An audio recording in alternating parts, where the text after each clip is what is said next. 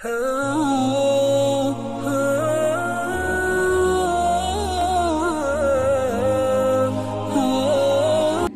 جا کر دیکھیں ریلوے اسٹیشنوں پر ساری رات دکانیں کھلی ہوئی ہیں اور سب چائے بنا رہے ہیں اور بسکٹ بیچ رہے ہیں اور میگزینیں بیچ رہے ہیں. کوئی انہیں نیند نہیں آ رہی, کوئی گھبراہٹ نہیں, کوئی پریشانی نہیں, کیونکہ دل پر آ گئی ہے بات کہ اس سے آمدنی ہو رہی ہے, مزہ آ رہا ہے, کمائی ہو رہی ہے, تو کوئی تکلیف نہیں.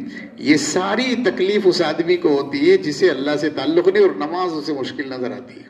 تو اگر آدمی کو اللہ کی ذات پر یقین کامل ہو جائے تو انشاءاللہ یہ کوئی مشکل نہیں. آگے اللہ فرماتے ہیں وَمِنَ اللَّيْلِ فَتَهَجَّدْ بِهِ نَافِلَةً لَكَ, اور اے نبی رات کو بھی تھوڑا سا جاگا کر, بیدار ہوا کر, نماز پڑھا کر, جسے ہم کہتے ہیں تہجد کی نماز. نافلۃ لک, یہ تیرے لیے زائد نماز ہے.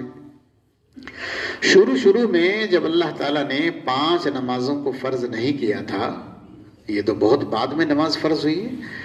جب نماز فرض نہیں ہوئی تھی 5 نمازیں, تو اللہ تعالیٰ نے ایک سورت شروع میں نازل فرمائی تھی, یا ایھا المزمل قم اللیل الا قلیلا نصفہ او انقص منہ قلیلا. اللہ تعالیٰ فرماتے ہیں کہ اے چادر اوڑھنے والے, اے کملی والے, کھڑا ہو, اللہ کو یاد کر, نماز پڑھ رات کی تنہائی میں, آدھی رات سے کچھ زیادہ یا کم, تھوڑی دیر رات کو نماز پڑھا کر. تو تہجد کی نماز جو ہے اس زمانے میں فرض ہو گئی تھی, ضروری ہو گئی تھی. صحابہ بھی پڑھتے تھے, رسول اللہ صلی اللہ علیہ وسلم بھی پڑھتے تھے. بعد میں جب 5 نمازیں فرض ہو گئی تو تہجد کی نماز کی فرضیت ختم ہو گئی. تہجد کی نماز کسے کہتے ہیں؟ تہجد کی نماز کا مطلب ہوتا ہے کہ عشاء کی نماز سے لے کر فجر کی نماز کے درمیان وقت میں کبھی بھی نماز پڑھ لی جائے, اس کا نام تہجد کی نماز ہے. ہم لوگ ایسا سمجھتے ہیں کہ سو جاؤ رات کو اور آخر میں اٹھو, اسے تہجد کہتے ہیں. سو کر اٹھنا بھی تہجد ہے, اور اگر کوئی نہ سوئے ساری رات تو بھی آخر میں نماز پڑھے تو بھی تہجد ہے. یعنی سونا کوئی ضروری چیز نہیں ہے, آدمی سوتا ہی ہے اس لیے ذکر کرتے ہیں کہ بھئی رات کو سونے کے بعد اٹھ کر نماز پڑھو. تو عام طور سے ایسا ہوتا ہے اس لیے اسے تہجد سمجھتے ہیں. قاعدے میں, شریعت میں اس کی کوئی پابندی نہیں ہے کہ رات کو سوئیں گے پھر نماز پڑھیں گے. نہیں, سونے سے پہلے بھی پڑھ سکتے ہیں آپ, 10 بجے بھی پڑھ سکتے ہیں, 11 بجے بھی پڑھ سکتے ہیں, 12 بجے بھی پڑھ سکتے ہیں, 1 بجے بھی پڑھ سکتے ہیں. بس معمول ایسا چلا آ رہا ہے کہ رسول اللہ صلی اللہ علیہ وسلم اور صحابہ جو ہے اکثر و بیشتر رات کو سو کر اٹھنے کے بعد پھر نماز پڑھتے تھے. ایسا معمول چلا ہے. نبی کریم صلی اللہ علیہ وسلم کے بارے میں تو آخر میں یہ بھی لکھا ہے کہ آپ صلی اللہ علیہ وسلم جو ہے وہ کبھی تھوڑی دیر سوئے, پھر اٹھ گئے, پھر 2 رکعت نماز پڑھی, پھر سو گئے, پھر اٹھے, پھر 2 رکعت نماز پڑھی, پھر سو گئے, پھر اٹھے, پھر 2 رکعت نماز پڑھی, پھر سو گئے. ایسا بھی کرتے تھے آخر میں. شروع میں ایسا ہی کرتے تھے کہ وہ آخر میں کھڑے ہوتے تھے. تو مختلف اوقات اس کے لیے طریقے ہیں, ضروری اور پابندی کسی چیز کی نہیں ہے. اللہ تعالیٰ فرماتے ہیں کہ رات کے کچھ حصے میں آپ جاگا کریں, یہ نماز آپ کے لیے بہتر ہے, آپ کے لیے زائد ہے, بہت اچھی نماز ہے. قرآن کریم میں اللہ تعالیٰ نے تہجد کی نماز کا ذکر پہلی کر دیا, اور پھر یہاں دوبارہ تذکرہ ایسے حال میں آیا کہ اب یہ نماز جو ہے فرض نہیں ہے. تہجد میں کتنی رکعتیں ہوتی ہیں؟ حضرت عائشہ صدیقہ رضی اللہ تعالی عنہا سے منقول ہے, وہ فرماتی ہیں کہ اللہ کے نبی علیہ السلام کبھی تو 13 رکعتیں پڑھتے تھے تہجد میں, کبھی 11 رکعتیں پڑھتے تھے تہجد میں, کبھی آپ صلی اللہ علیہ وسلم 9 رکعتیں پڑھتے تھے تہجد میں. یہ 9, 11, 13 کا عدد اس لیے ہے کہ وتر کی نماز حضور صلی اللہ علیہ وسلم عشاء میں نہیں پڑھتے تھے. وتر کی نماز رات کو جب تہجد کی نماز پڑھتے تھے تو تہجد کی نماز سے فارغ ہونے کے بعد آپ وتر پڑھتے تھے. تو اس لیے وتر کی 3 رکعتیں ہوتی ہیں, تو 3 رکعتیں وتر کی, اگر 9 رکعت پڑھی ہیں تو 3 رکعتیں تو وتر کی ہو گئی, اور باقی 6 رکعتیں جو ہیں وہ تہجد کی ہو گئی. 11 پڑھی ہیں تو 8 رکعتیں تہجد کی ہوگی اور 3 رکعتیں وتر کی ہو گئی. اس طریقے سے رسول اللہ صلی اللہ علیہ وسلم نماز پڑھتے تھے کہ رکعتوں کی کوئی خاص تعداد متعین نہیں تھی, تو کبھی آپ 9, کبھی 11, کبھی 13 ایسے پڑھتے تھے. یہ آپ کی عادت تھی, پابندی اس کی بھی نہیں ہے, کم بھی کی جا سکتی ہیں, زیادہ بھی کی جا سکتی ہے. جتنا بھی طبیعت میں آدمی کی نشاط ہو اتنی نماز پڑھ لینی چاہیے. بعض صحابہ کرام ہیں کہ جنہوں نے 50 رکعتیں بھی پڑھی ہیں، 100 رکعتیں بھی پڑھی ہیں، ایسا معمولات میں رہا ہے. تو یہ تو آدمی کی اپنی طبیعت پر ہے، لیکن سنت طریقہ اس طرح ہے جیسے ذکر کیا گیا ہے. ایسے حضور اکرم صلی اللہ علیہ وسلم کی عادت یہ بھی تھی کہ رات کو جب تہجد کے لیے اٹھتے تھے تو وضو کرنے کے بعد ذرا 2 رکعت نماز مختصر سی پڑھتے تھے، لمبی نہیں کرتے تھے. 2 رکعت نماز مختصر سی پڑھنے کے بعد پھر نیت باندھتے تھے تو لمبی رکعتیں، لمبا رکوع، لمبا سجدہ، خوب دعائیں مانگتے تھے، ایسی نماز پڑھتے تھے. یہ شروع میں 2 رکعت نماز اس لیے مختصر سی پڑھتے تھے کہ جب نیند سے آدمی اٹھتا ہے تو بدن ذرا بھی ٹوٹا سا رہتا ہے، سستی سی رہتی ہے، تو ذرا جلدی سے 2 رکعت نماز مختصر سی پڑھ لیتے تھے تاکہ دل و دماغ اس کے لیے تیار ہو جائے. پھر 2 رکعت نماز پڑھنے کے بعد پھر دل لگا کر لمبی لمبی نمازیں آپ کی ہوتی تھی، اور آپ کے قیام بھی، آپ کا رکوع بھی، آپ کے سجدے بھی اتنے لمبے لمبے ہوتے تھے کہ صحابہ کرام یہ کہتے ہیں کہ ہمیں کبھی ایسا لگتا تھا کہ اللہ کے نبی علیہ السلام رکوع سے اٹھے اور سیدھے کھڑے ہو گئے. اب کھڑے ہو گئے تو بس کھڑے ہیں. ہم ڈر جاتے تھے کہ کہیں بھول بھال تو نہیں گئے. سجدے میں گئے اور سجدے سے اٹھے اور پھر سجدے میں جانا تھا، لیکن اٹھے تو بس بیٹھے تو بیٹھے. ہمیں لگتا تھا کہ بھول گئے، پھر سجدے میں چلے جاتے تھے. یعنی آپ سجدے میں جس طرح اللہ کا ذکر کرتے تھے تو 2 سجدوں کے بیچ میں بھی اللہ کا ذکر کرتے تھے. آپ رکوع سے اٹھنے کے بعد بھی اللہ کا ذکر کرتے تھے. اس طرح سے آپ نماز پڑھتے تھے تو نماز پوری کی پوری بس ذکر سے بھری ہوتی تھی. اور مختلف قسم کی دعائیں کتابوں میں لکھی ہوئی ہیں جو نبی کریم صلی اللہ علیہ وسلم نوافل میں جن کا اہتمام کرتے تھے، ایسے ہی تہجد کی نماز میں بطور خاص جن کا اہتمام کرتے تھے، تو وہ کتابوں میں سب موجود ہے. آگے اللہ نے فرمایا عسیٰ ان یبعثک ربک مقاما محمودا، اگر آپ تہجد کی پابندی کریں گے تو امید ہے کہ آپ کا پروردگار آپ کو مقام محمود پر پہنچا دے گا. مقام محمود کیا چیز ہے؟ مقام محمود اللہ تعالیٰ نے ایک مرتبہ بنایا ہے، ایک ڈگری ہے، ایک مرتبہ ہے، ایک عزت ہے، ایک عہدہ ہے. اللہ تعالیٰ نے وہ عہدہ صرف ایک آدمی کے لیے بنایا ہے. کون ہے وہ؟ اللہ تعالیٰ نے اشارہ دیا ہے کہ آپ کا رب آپ کو پہنچا دے گا مقام محمود پر. مقام محمود کیا چیز ہے؟ مقام محمود کے بارے میں یہ ہے کہ اللہ تعالیٰ قیامت کے دن سب سے اہم، سب سے زیادہ، سب سے بڑی عزت جسے دیں گے اور سفارش کرنے کا حق جسے دیں گے وہ ایک آدمی ہوگا، اور وہ نبی کریم صلی اللہ علیہ وسلم کی ذات گرامی ہے. بہت مشہور ہے یہ بات، اور تقریباً سبھی مسلمان اس بات کو جانتے ہیں کہ قیامت کے دن اللہ کے سامنے جب سارے انسان آئے ہوں گے تو گھبرائے ہوئے ہوں گے، نفسی کا عالم ہوگا، پریشان ہوں گے. اور جب لوگ کھڑے کھڑے تھک جائیں گے اور زمانہ گزر جائے گا کھڑے کھڑے اور پسینے سے شرابور ہو رہے ہوں گے، تو ایسے میں حضور اکرم صلی اللہ علیہ وسلم بھی وہاں موجود، تمام انبیاء کرام بھی موجود، ہر چھوٹے بڑے سب وہاں موجود. تو لوگ سوچیں گے، آپس میں بات کریں گے کہ بھئی اللہ تعالیٰ سے بات کرو، اگر کھڑا ہی رکھنا ہے تو کھڑے کھڑے ہم پریشان ہو گئے، ہمارا حساب کر دیں، حساب ہو جائے، ہمارا پتہ چل جائے ہمیں کہاں جانا ہے. تو لوگ جب آپس میں بات کریں گے تو آپس میں کہیں گے کہ کس سے کریں بات، کون بات کرے گا اللہ تعالیٰ سے؟ تو لوگ حضرت آدم علیہ السلام کے پاس جائیں گے، ان سے کہیں گے کہ آدم آپ تو ہمارے باپ ہیں، سب کے باپ ہیں، اللہ تعالیٰ سے بات کر لو کہ ہمارا حساب کتاب لے لے. حضرت آدم علیہ السلام کہیں گے ہاں بات تو کرنی چاہیے، میرا عہدہ مرتبہ بڑا ہے، لیکن میرے سے غلطی ہو گئی تھی، مجھے ڈر ہے کہ کہیں میں نے بات شروع کری اور اللہ تعالیٰ نے کہا پہلے اپنا حساب دے دے تو میں تو پھر پھنس جاؤں گا، تو بھائی میں تو نہیں کہہ سکتا. اسی طرح پھر حضرت ابراہیم علیہ السلام اور حضرت موسیٰ علیہ السلام، عیسیٰ علیہ السلام اور کس کس نبیوں کے پاس جائیں گے، آخر میں سب سے یہی طے پائے گا کہ بھئی محمد صلی اللہ علیہ وسلم کے پاس جاؤ. سب آ کر ان سے کہیں گے. تو نبی کریم صلی اللہ علیہ وسلم سجدے میں گر جائیں گے، سجدے میں پڑے رہیں گے، اتنا پڑے رہیں گے کہ جب تک اللہ تعالیٰ چاہیں گے، اور وہ ایسی تعریف اللہ کی سجدے میں بیان کریں گے کہ اللہ تعالیٰ ان کو اس موقع پر جو ہدایت فرمائے گا یا دل میں ڈالے گا، بڑے اچھے پیارے لفظوں میں اللہ کی تعریف کریں گے. اللہ تعالیٰ پھر بھیجیں گے جبریل علیہ السلام کو اور کہیں گے جاؤ ہمارے بندے سے پوچھو کیوں سجدے میں پڑے ہیں. تو پھر وہ اٹھیں گے اور ان سے پوچھا جائے گا، وہ کہیں گے اللہ یہ میری امت ڈر رہی ہے آپ کے سامنے کھڑی کھڑی، آپ حساب لے لیجئے. تو اللہ تعالیٰ یہ عہدہ، یہ عزت آپ کو عطا فرمائیں گے. اس کا نام ہے مقام محمود. قرآن کریم میں اس کا ذکر یہاں کیا گیا ہے مقام محمود کا، اور حدیث میں بھی ہے کہ اذان ہو جانے کے بعد دعا پڑھنی چاہیے، اور آپ صلی اللہ علیہ وسلم کے لیے مقام محمود کی دعا کرنی چاہیے۔ بہت سارے لوگ ہیں جو اذان کے بعد دعا پڑھتے ہیں اور اس دعا میں مقام محمود کا ذکر آتا ہے۔ اللہ نے آگے فرمایا وَقُلْ رَبِّ أَدْخِلْنِي مُدْخَلَ صِدْقٍ وَأَخْرِجْنِي مُخْرَجَ صِدْقٍ وَاجْعَلْ لِي مِن لَّدُنْكَ سُلْطَانًا نَصِيرًا۔ اے نبی آپ کہہ دیجئے کہ اے میرے پروردگار مجھے داخل کر دیجئے، سچا داخل کرنا، اور مجھے نکال دیجئے سچا نکالنا، اور میرے لیے اپنی طرف سے ایک مضبوط سلطنت، مددگار سلطنت بنا دیجئے۔ یہاں ذکر فرمایا اللہ تعالیٰ نے ہجرت کرنے کا، اس آیت میں ہجرت کرنے کا، مجھے اطمینان عزت سے یہاں سے نکالیے اور عزت کے ساتھ مجھے داخل کیجیے۔ مکے سے نکلنا، مدینے میں جانا، مدینے سے نکلنا، مکے میں آنا، یہ سب پورے احترام، عزت کے ساتھ، محبت کے ساتھ ہو جائے۔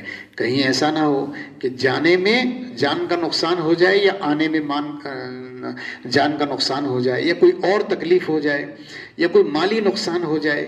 اللہ تعالیٰ نے آپ کی ایسی عزت رکھی کہ ماشاءاللہ آپ مکے سے ہجرت کر کے گئے تو مدینے میں جب داخل ہوئے ہیں تو بہت بڑے لشکر کے ساتھ، لشکر جرار کے ساتھ 10,000 لوگوں کا لشکر آپ کے ساتھ تھا جب آپ مکے میں داخل ہوئے، اور اللہ تعالیٰ نے آپ کو وہ شہر فتح فرما دیا۔ فرمایا وَقُلْ جَاءَ الْحَقُّ وَزَهَقَ الْبَاطِلُ۔ جب آپ مکے میں داخل ہوئے اور کعبۃ اللہ میں گئے، آپ نے دروازہ کھولا، اندر داخل ہوئے تو وہاں 360 بت رکھے ہوئے تھے۔ آپ نے ان کو چھڑی سے گرا گرا کر نکلوایا اور صاف کرایا۔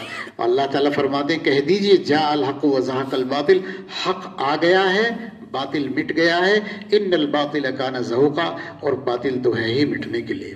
1400 سال پہلے رسول اللہ صلی اللہ علیہ وسلم نے بتوں کو وہاں سے نکالا تھا۔ آج تک تو الحمدللہ وہ گھر اللہ کی عبادتوں سے سج رہا ہے، اللہ کے سجدوں سے سج رہا ہے، دعاؤں سے سج رہا ہے، اس کا طواف کیا جا رہا ہے، اس کی زیارتیں کی جا رہی ہیں۔ یہ ہے حق کہ اللہ تعالیٰ نے حق کو وہاں بھیج دیا۔ وَنُنَزِّلُ مِنَ الْقُرْآنِ مَا هُوَ شِفَاءٌ وَرَحْمَةٌ لِّلْمُؤْمِنِينَ۔ اللہ تعالیٰ فرماتے ہیں ہم نے جو قرآن کریم نازل کیا ہے یہ شفا ہے، رحمت ہے ایمان والوں کے لیے۔ قرآن کریم شفا ہے، رحمت ہے ان لوگوں کے لیے کہ جو ایمان لائے ہیں۔ اس قرآن کریم سے شفا ملتی ہے۔ قرآن کریم سے شفا دو طرح کی ہے۔ ایک شفا تو یہ ہے کہ جسمانی طور پر شفا ملے، ایک شفا ہے روحانی طور پر۔ جسمانی طور پر تو شفا یہ ہے کہ قرآن کریم میں بہت ساری چیزوں کا ذکر کیا گیا، آدمی اگر کر لے تو جسم ٹھیک ٹھاک رہتا ہے۔ نماز بھی ایک چیز ہے، ظاہری طور پر انسان کی ورزش ہے، نماز پڑھے گا تو بدن چست چاق و چوبند رہے گا۔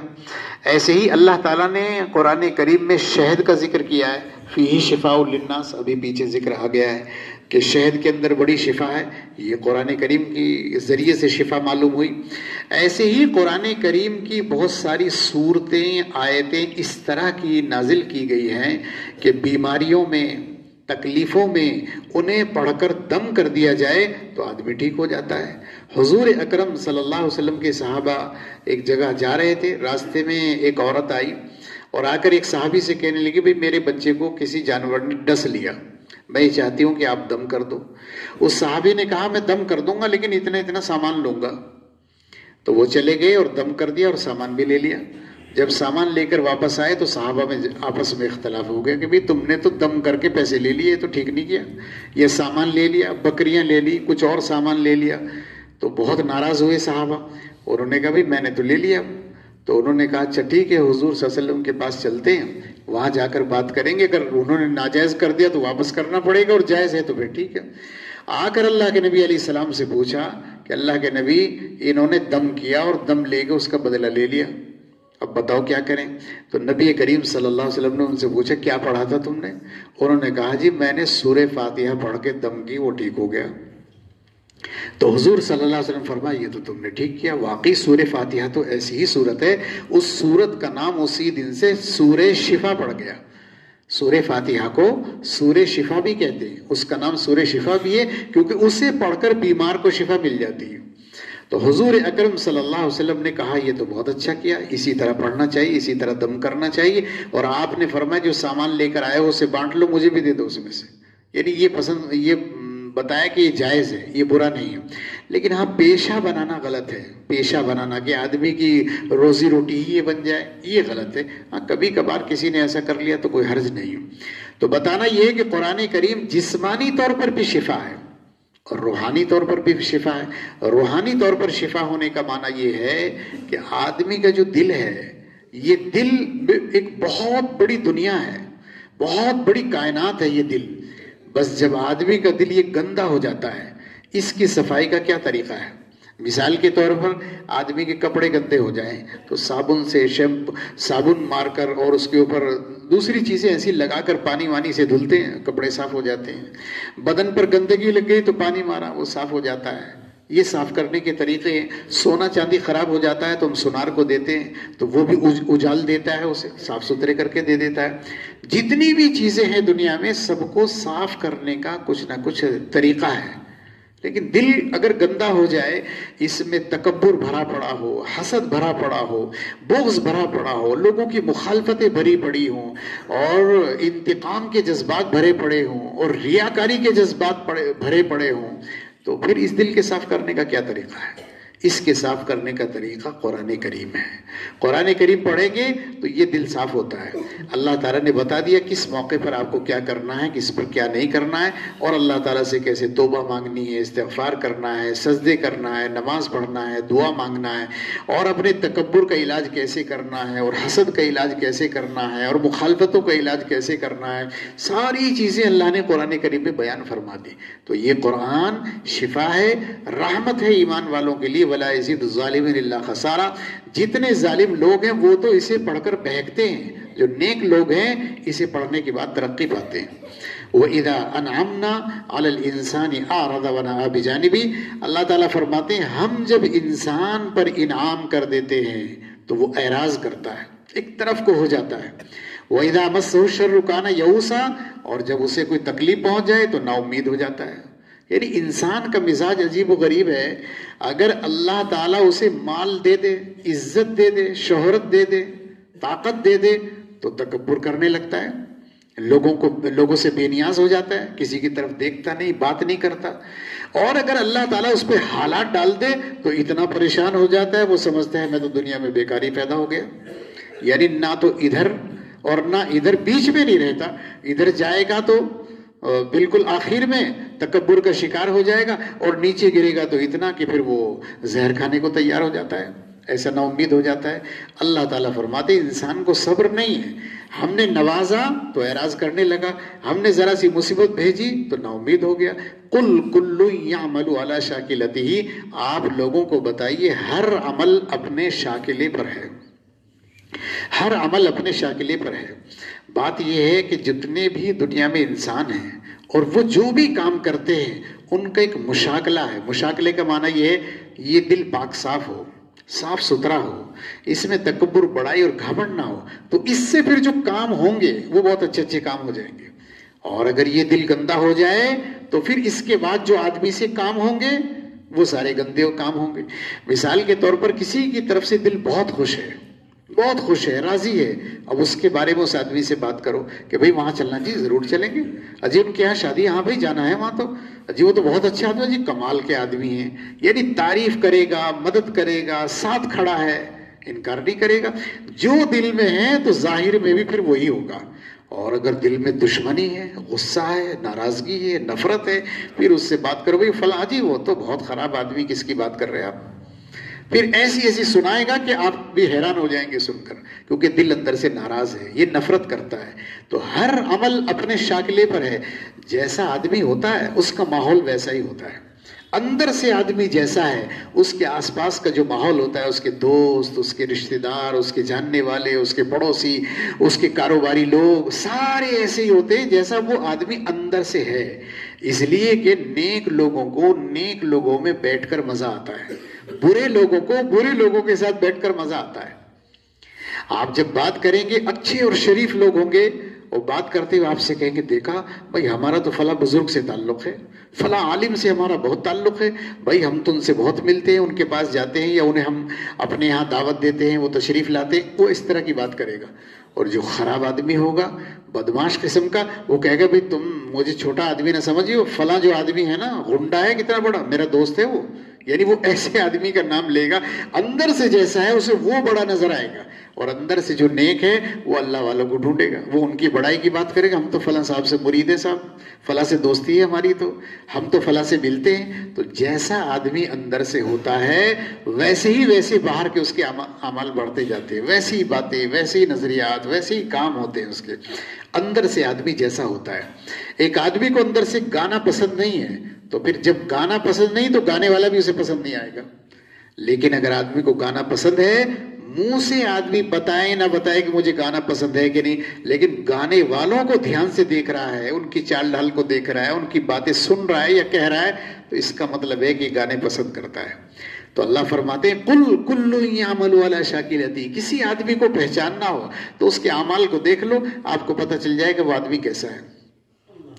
اس لیے ہمارے بزرگوں نے لکھا ہے کہ جو آدمی اپنے ماں باپ کا فرما بردار ہو، اطاعت گزار ہو، خدمت گزار ہو، یا اپنے اساتذہ اور بزرگان دین کا احترام کرتا ہو، بے فکر ہو کر اس آدمی سے تعلقات بنا لو، کیونکہ وہ آدمی اندر سے احترام کرنے والا آدمی ہے، اندر سے وہ اچھے لوگوں سے تعلق رکھنے والا آدمی ہے، وہ اپنے بڑوں کا قدردان ہے۔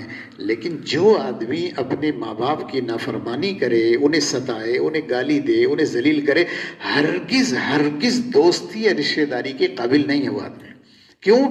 جن ماں باپ نے اسے پیدا کیا، پالا پوسا، پڑھایا لکھایا، اسے مکان دیا، اس کی شادی کی، اسے کاروبار دیا، ان کا نہیں ہو سکا وہ، تو آپ کا کیسے ہو جائے گا جناب؟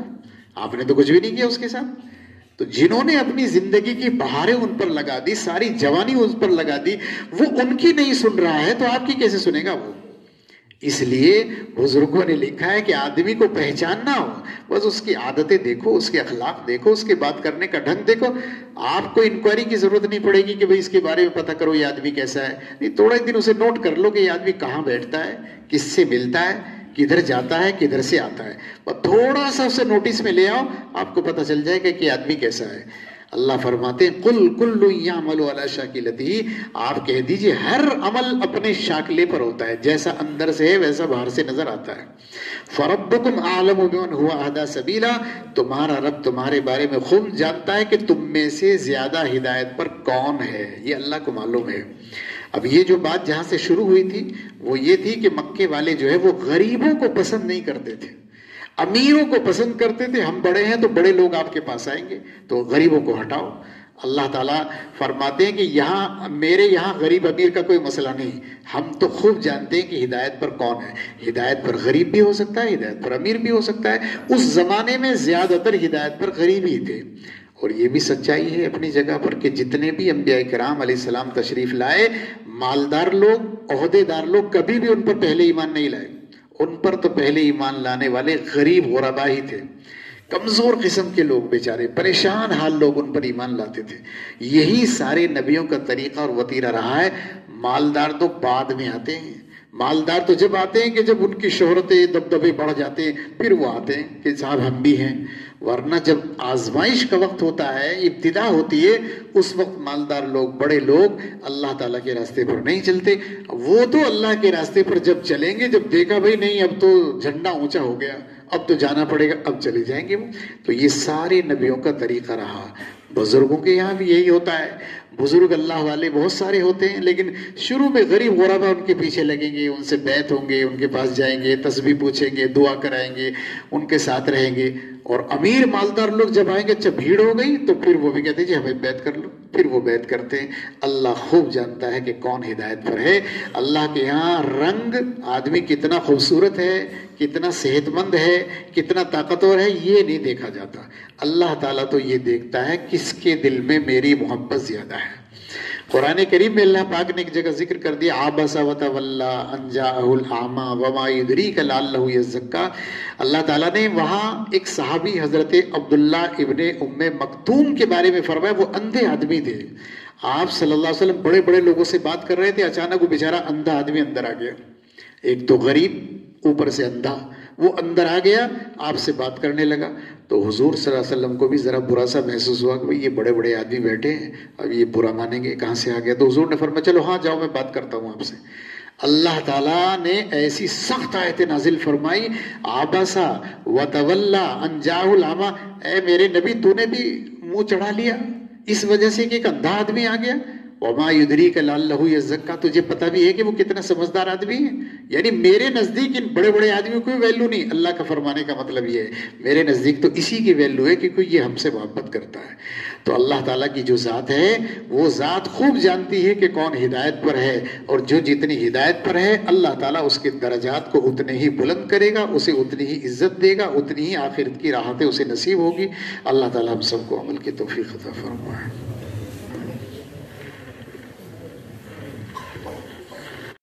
Oh